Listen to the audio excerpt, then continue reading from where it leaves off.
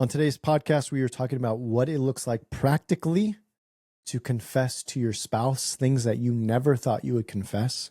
We're going to get into that practically and also the ramifications if you decide not to. Welcome back to the Dad Tired Podcast. Today's episode of the Dad Tired Podcast is brought to you by the 1 Year Bible. Let me ask you something real quick. Have you ever wanted to read the whole Bible, but you felt overwhelmed before you even started? That's why I love the 1 Year Bible. It takes the entire story of Scripture and it breaks it into simple daily readings. So instead of trying to sprint through the Bible, you actually get to walk through it, reflect, and stay consistent. What's especially powerful is how many paths there are. You can read chronologically or follow a mix of daily, Old Testament, New Testament, Psalms, and Proverbs. There are versions for men, women, couples, small groups, even journaling and coloring editions if you learn better with your hands. And here's the best part. You don't have to start on January 1st. You can start today. Start on your birthday. Start together as a family or small group anytime. You can explore all the options at the1yearbible.com. Make sure to click the link in the show notes to get started today. When's the last time you upgraded your towels? Probably needs to happen soon because Cozy Earth's Luxe bath towels are on a completely different level. I promise you, you didn't know you had bad towels until you tried these towels. These things are ridiculously soft, like hotel level soft. They are made from a blend of cotton and bamboo using zero twist technology, which basically means they're plush, absorbent, and will dry you off fast without feeling heavy. They're thick, 600 GSM, but also still breathable. And they actually look good hanging in your bathroom, which feels like a small win every single day. Each set comes with 2 oversized towels, so you're not fighting for coverage after a shower. Just warm, soft, wrap yourself up, comfort. These things make amazing gifts for your wife, by the way. If you haven't tried their sheets or their pajamas, incredible gifts. If you're going to dry off every day anyway, you might as well do it in luxury. Make sure you check out the Cozy Earth Luxe Towels by clicking the link in the show notes below. All right. Well, you guys, it's going to be a good year. I'm feeling that like it's going to be a good year. I can already hear you. You have no idea. I don't know. I don't have any idea. Could be the worst year ever, but I don't know. I'm going into this year optimistic, and I'm saying that up front because today is kind of a hard topic. It's a heavy one. It is hard. It's hard and it's heavy. I'll just admit that. But my spirit, my overall countenance is, it's joyful, man. It's going to be good. And this is coming from a guy who has experienced some hard stuff this year, who has done all the things I'm about to talk to you about. And so, yeah, I'm here. If anything, take from me, a guy who had the worst year of his life last year, who has done everything that I'm about to kind of walk you through. I've done all that in the last year. I've done all this stuff, and I have more joy than I've ever had in my life. And I know every story is different. I know that every marriage is different. Everybody's unique. So I'm not obviously making any promises here. But I think there are some things that are true in the scriptures and just some principles that are true in the kingdom that will play out regardless of how things play out in your world. Let's dive into it because you've heard in the intro, we're talking about what it looks like to confess to your spouse. Obviously, we are a podcast for dads and for men. And so there may be some things in here, or I guess I should say where the primary audience that I'm talking to is men. And you might be a wife sneaking in here, and I'm actually going to talk to you at the end of the episode, but talking primarily to a man who is thinking about confessing some stuff to his wife, or at least you're just, you want to hear what that would even look like, and that's maybe why you clicked on this episode. Let me just tell you right up front what it will cost you. Okay, I want to be really honest up front here. Here's what it will cost you if you don't confess to your wife, whatever the thing is that you are keeping from her, or whatever secret you have, whatever hidden thing you have, whatever the thing is that she doesn't know. Let's just talk about what it will cost you. The first thing is, and I think this might be the most important, it's going to cost you the reality of being fully known and fully loved. And if you've heard me talk about on the Dad Tired Podcast, marriage, I've gone into this ad nauseum. But the whole point of marriage is that you would display for your wife, and she would display for you, what God's relationship is like for his bride, the church. And what I mean by that is God loves his bride faithfully, unconditionally, relentlessly. He knows her fully in all her brokenness, and he loves her fully. And so marriage is supposed to be a little picture of that between two people. It's a little symbol to each other, to your kids, to the rest of the world, the community around you, of what God's love is like. And so the whole point of marriage is that you would know somebody fully and love them fully. That's the point. So if you aren't fully loved, or you're not fully known and fully loved, you're actually not only misrepresenting the whole point of marriage, but you're missing out on, and this is such a bold statement here, so I'm going slow. You're missing out on feeling the realities of the gospel truth here on earth, which I think God desires for you to know. I hope that makes sense. God knows you fully and he loves you fully. If you are a follower of Jesus, that is true for you. God knows every single little thing about you and he loves you fully. You know that theologically, biblically, intellectually, you know those things. I bet you, if you're like most guys, that's hard to really feel. And so one of the beautiful things about relationships here on earth, Christian relationships, is that you get a glimpse, tangible. You can feel it, see it, look somebody in the eye, have somebody look you in the eye, know all of who you are, see all of who you are, your brokenness, your mess, look you dead in the eye and say, I'm not going anywhere. I know you fully and I love you fully. And so relationships, again, I think the most beautiful and the most powerful example, symbol of God's relationship towards us is in the confines of a marriage, the covenant of a marriage. A husband looking at his wife, a wife looking at her husband and saying, I know all of who you are and I love you and I'm not going anywhere. When that happens, you can feel the gospel. You can tangibly, you can taste it, you can experience it in real life, like you're looking somebody in the eye. Again, we know this to be true about God theologically, biblically, intellectually, but we don't always, it's sometimes hard to feel. And relationships give us the tangible, feelers behind it. This can happen in friendships, by the way. It's just not quite as deep, I don't think. It can happen in friendships and in brotherhood and in family. But there's something about a marriage. There's something about a marriage where a spouse looks at you and says, I know all of who you are and I love you and I'm not going anywhere. That gives you a glimpse of what God's love is like for you. And that it's so powerful. I think it's life-changing. I believe that fully. I've seen it in other people. I've experienced it in my own life. So by not confessing, by not being fully transparent with your spouse, by them not knowing every single part of who you are going to miss out on that kind of love. And that's just the reality. That doesn't mean you don't love each other. I think that you can absolutely love your spouse and they can love you, but to the depths, to swim in the deep end of love and intimacy, I think you will miss out on that. And I actually think it will impact your relationship with Jesus because you'll stay just kind of in head knowledge of what it's like to be fully known and loved by him. Again, I know God loves me. I believe it. I know that's theologically true. But when you've experienced in real life tangibly with a human, specifically your spouse, the way you worship changes because it's like, man, I can put feelers to the way God loves me. I've actually in real life, I've had somebody look me in the eyeballs and do that. And so it increases the depths of your worship. So you'll miss out on that. That's just the reality. I don't want to be a downer. I'm sorry, bro. Start your year, first podcast of the year. I don't want to be a downer, but I do want to just kind of put you in reality here, or just say what's truthful and not be fluffy. You'll miss out on that. You'll miss out on intimacy.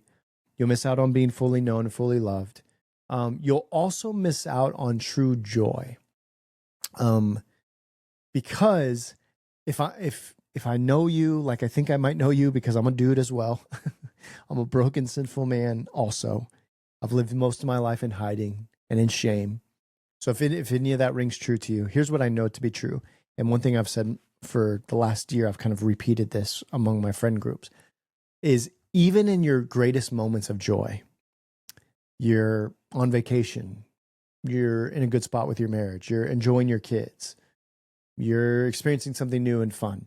Even at like kind of these peak joy moments of life, you never fully feel the full weight of joy, because in the back of your mind, you know there's something that nobody else knows. You've got some secrets, you've got some sin, you've got some shame. And so you could be in a great spot in marriage. Things are going well. You guys are getting along, you're not fighting, things are great, but in the back of your mind, you know something's not right. You know that she doesn't really fully know you. Even like on vacation, this stuff that you're trying to keep hidden in the darkness will just kind of rise to the surface in your moments of full joy. And so you don't actually ever experience full joy. I know that feeling, dude, so well. It's just this little nagging, like you'll be having the time of your life, and then all of a sudden something will creep up and be like, yeah, but this thing. And you never can actually experience full joy. Again, this goes back to the foundation of being fully known and fully loved. I can have full joy because I know I'm fully known. There's such freedom in being fully known and fully loved. There's also, when it comes to joy, there's also kind of this fear in the back of your mind, which is a joy killer. There's this fear in the back of your mind that what you are hoping to keep in secret might come out. And so you've always got fear of that, and that'll just rob you of your joy. You're kind of living your life like looking over your shoulder all the time. Tell me that that's not sucking the joy right out of your life. Even when you think you're having joy, tell me it's not just like, dude, it's robbing you of joy for sure. And you also don't have peace. Like even when you think that your things are going well again, you don't actually, your soul never fully settles, because again, you're kind of looking over your shoulder. You're not really known. You're afraid that things might come out. Nobody really knows you. And so you never have peace. You're always standing on shaky ground. Now, if you just take all those ingredients that I just talked about, you don't have real intimacy, not true intimacy. You're not fully known and fully loved. In fact, you're telling yourself subconsciously, if you really did know me, you probably wouldn't love me. You don't have real joy. You can never fully enjoy a moment to its fullest or be fully present in a moment. And you don't have peace because you feel like you know you've got this thing that could come out at any time or could be exposed at any time. Or like if everybody knew that, yeah, I've heard one pastor say, if they projected your last week, last 24 hours even onto a screen for everybody to see, you would be mortified. And so if that's kind of the way you live, like if people really could see my life, I would be mortified. People wouldn't love me.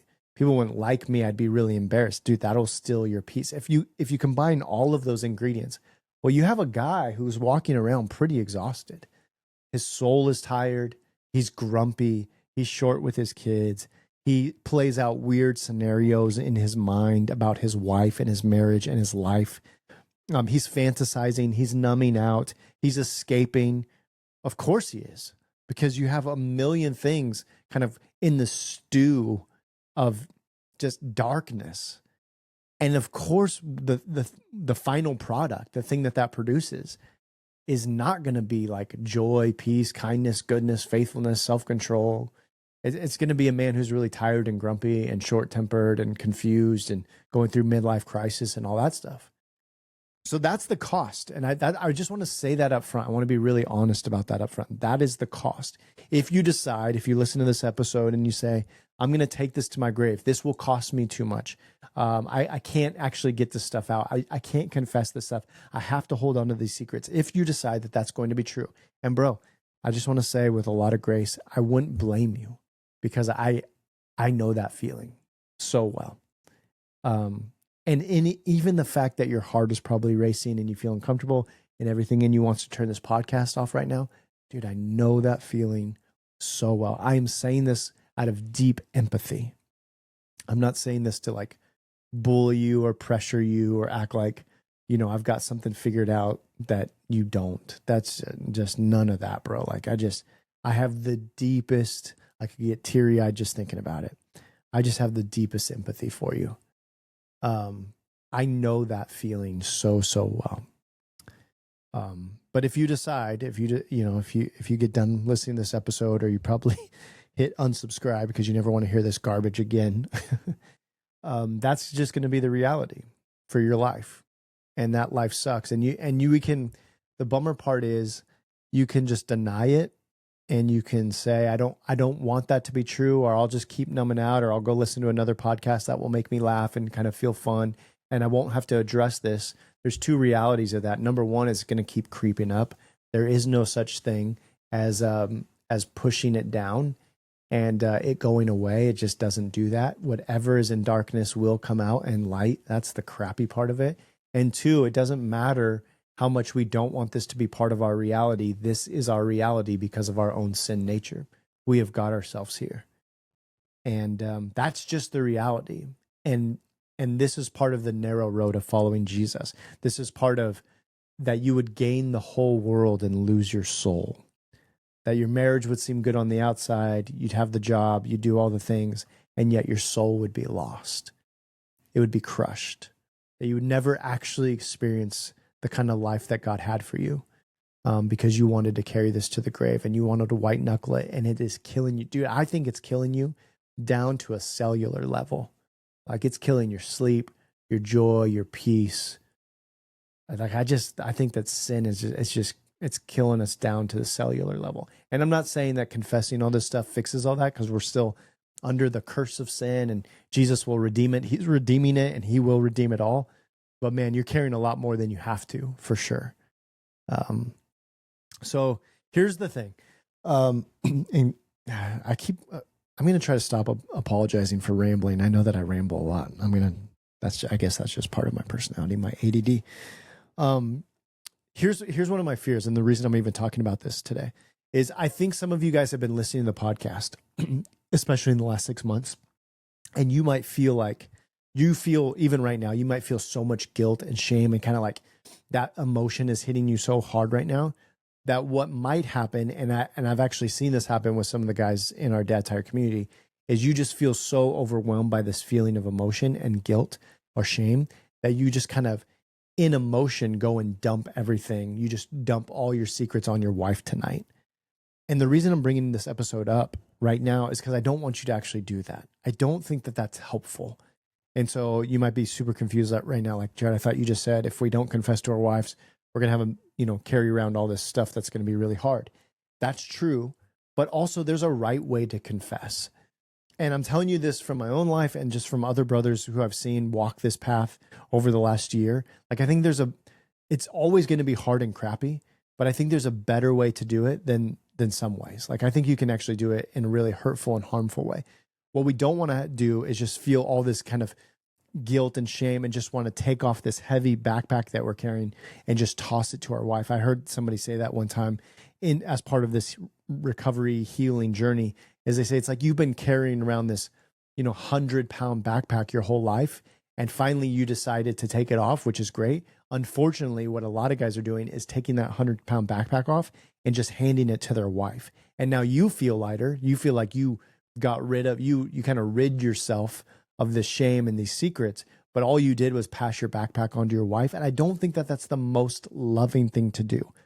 Do I think your wife absolutely should know everything about you? Yes, because I want you to have full intimacy, to be fully known and fully loved. I want you to make love better than you've ever made love, because you actually have deep intimacy. I want you to have real joy and satisfaction, like a love that you didn't know was even imaginable. I want all of that for you. I want your worship to grow towards Jesus as you experience tangible being known and being loved on this earth, that it would increase your worship, that you'd become more passionate worshiper of Jesus. I want all of that. And also, I don't want you to just like crash your wife. I heard another person say, one of the things that can happen in this, or analogy that can kind of play out in this, is it's like you get in a car crash, right? So the car just crashed, your life just kind of fell apart, and everyone rushes to come save you, and they pick you up, and now they're like, okay, let's get you healed, let's get you fixed, let's get all this stuff. And meanwhile, your wife's dying in the car by herself.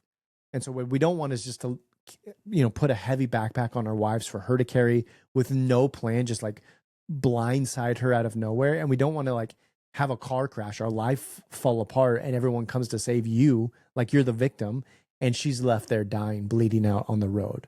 We want to honor our wives, care for her, even in the midst of our own pain and our own shame and our own stuff that we're dealing with. Honor our wives, care for her, cherish her. And so that's really my goal as, I wrap up this episode, is to just give you some really practical ways that you can have an honest life, a life full of no secrets, and at the same time, honor your wife.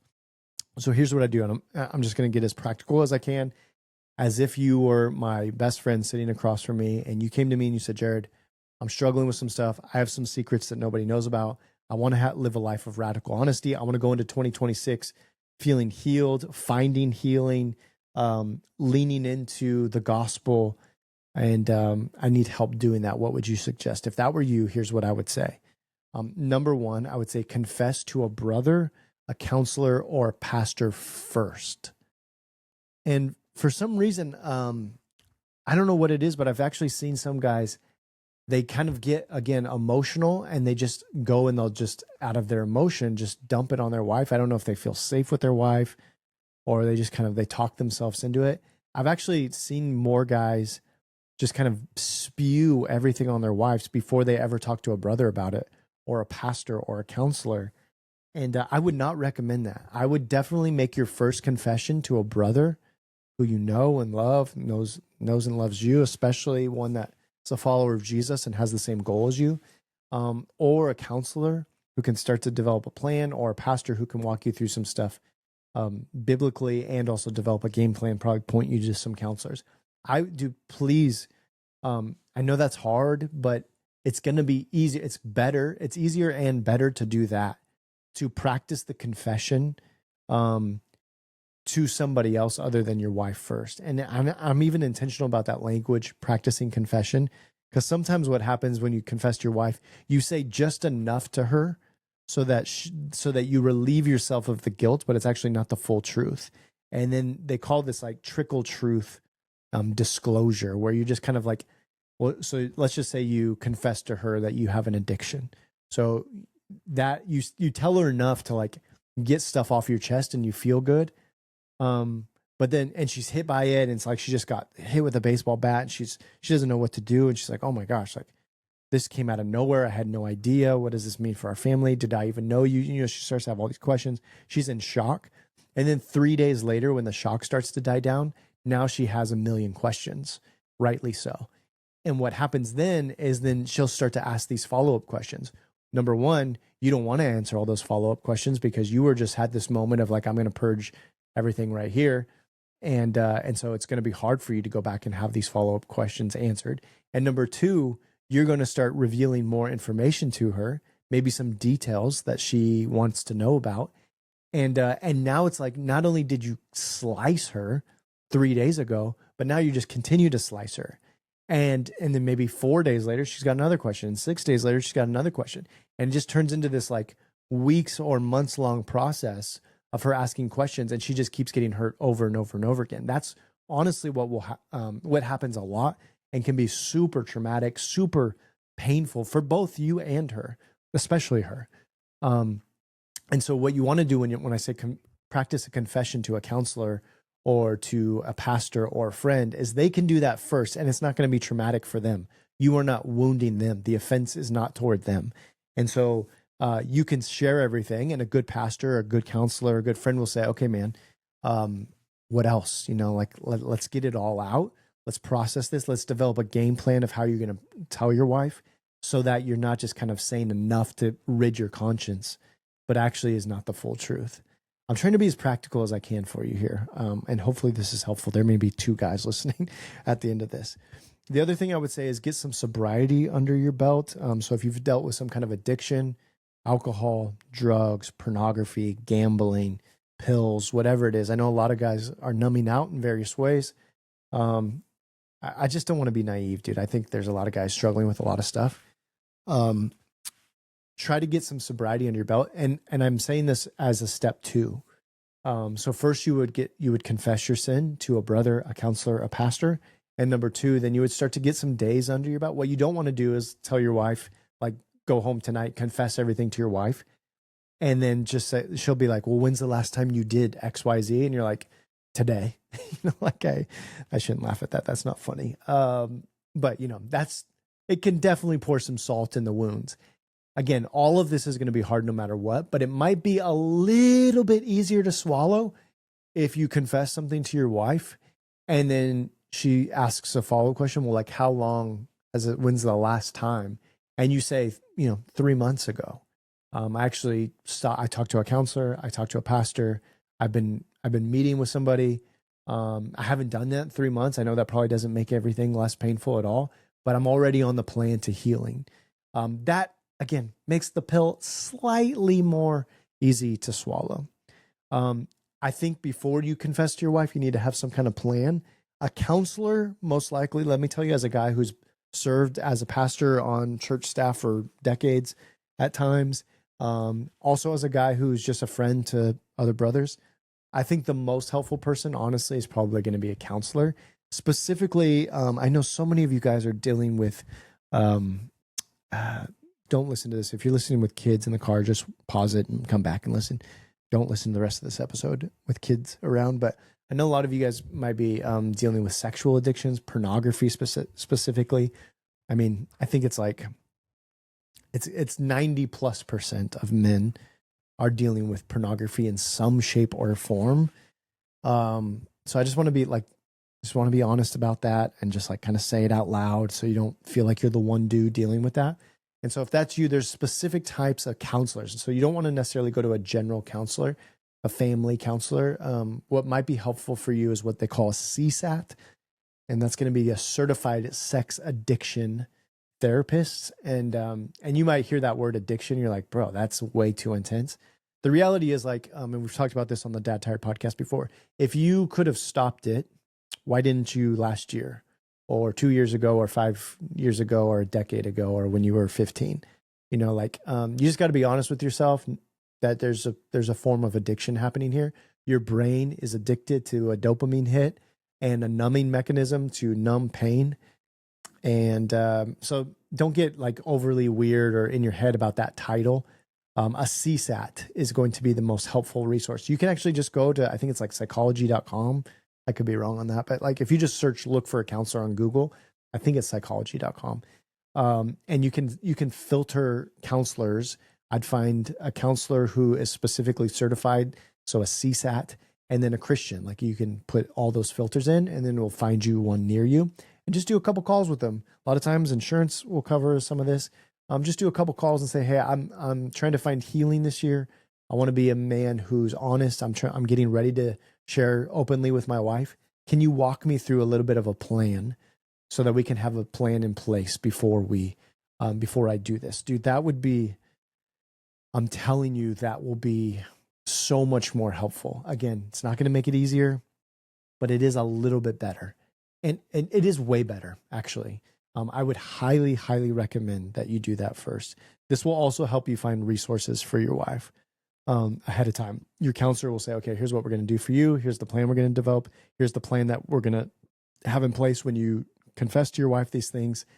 And it'll just feel way more strategic and not like you're just trying to rid your conscience. And again, you potentially could really hurt your wife if you just kind of go dump everything on her. I highly recommend that you do not do that.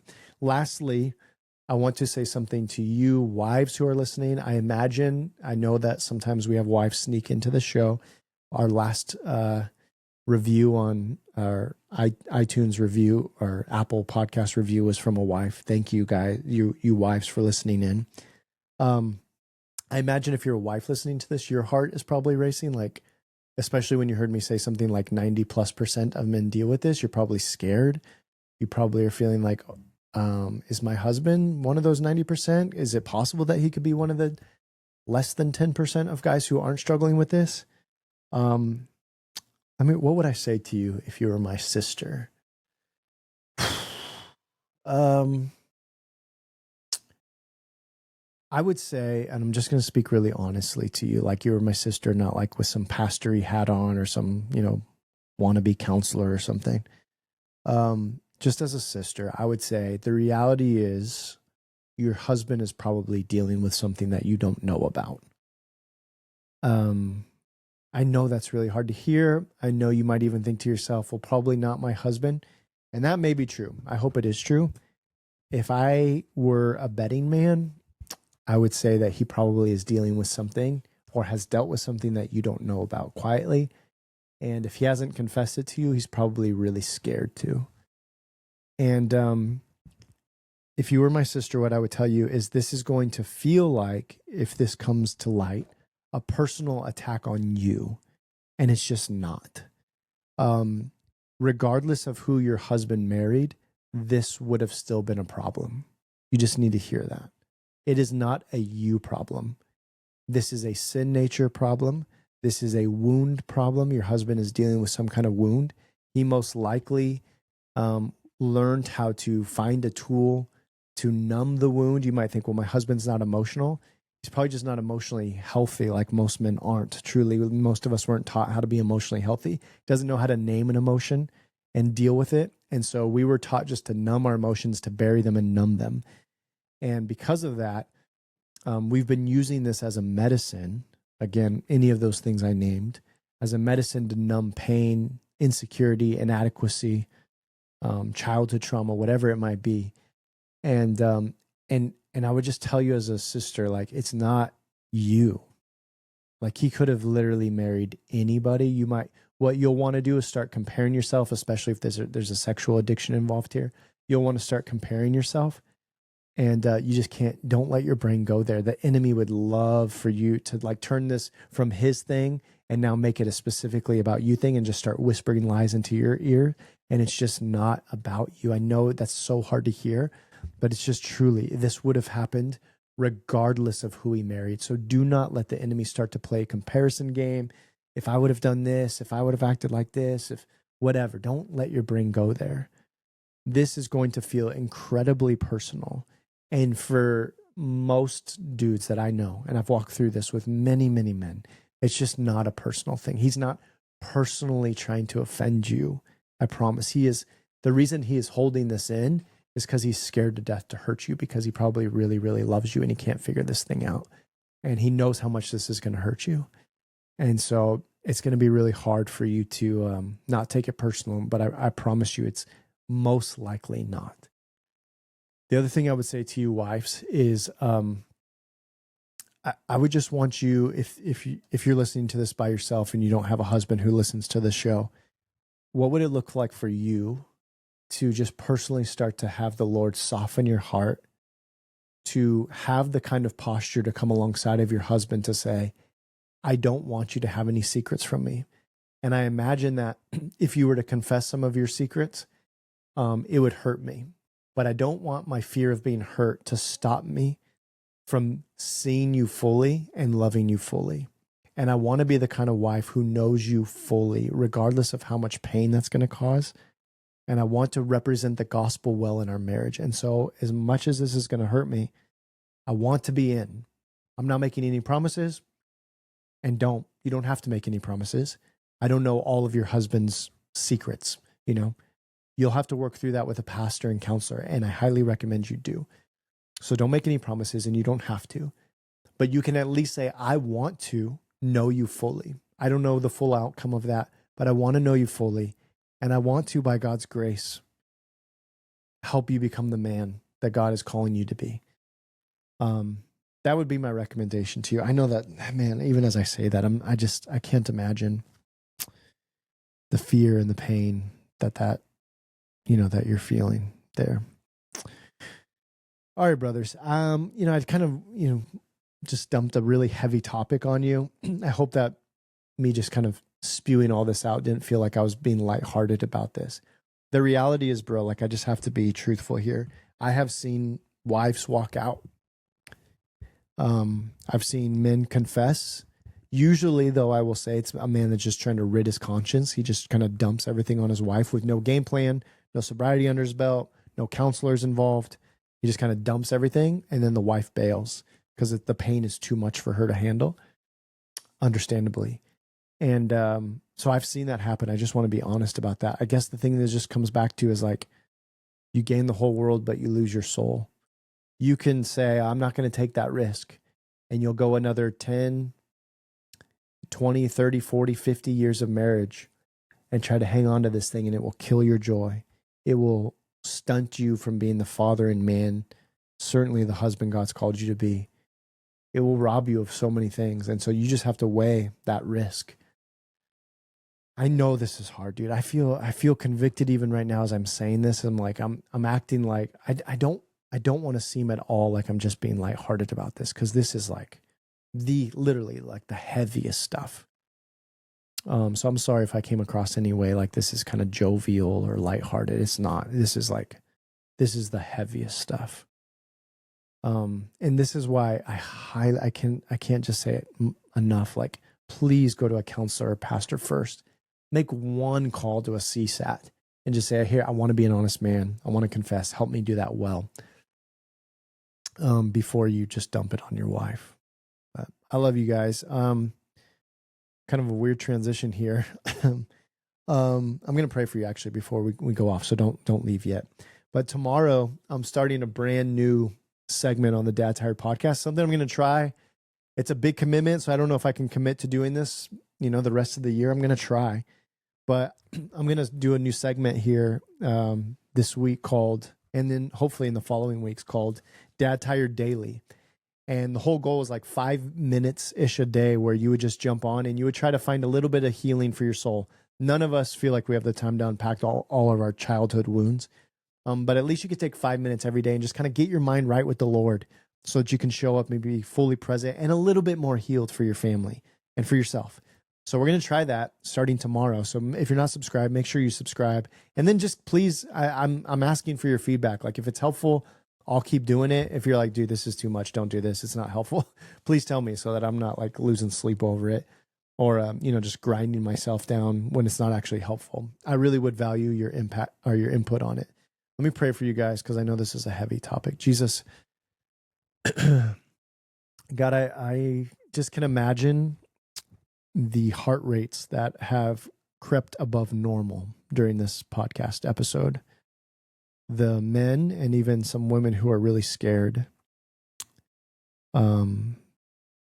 It's that balance between wanting to go to the grave with this stuff and also wanting to be a faithful disciple.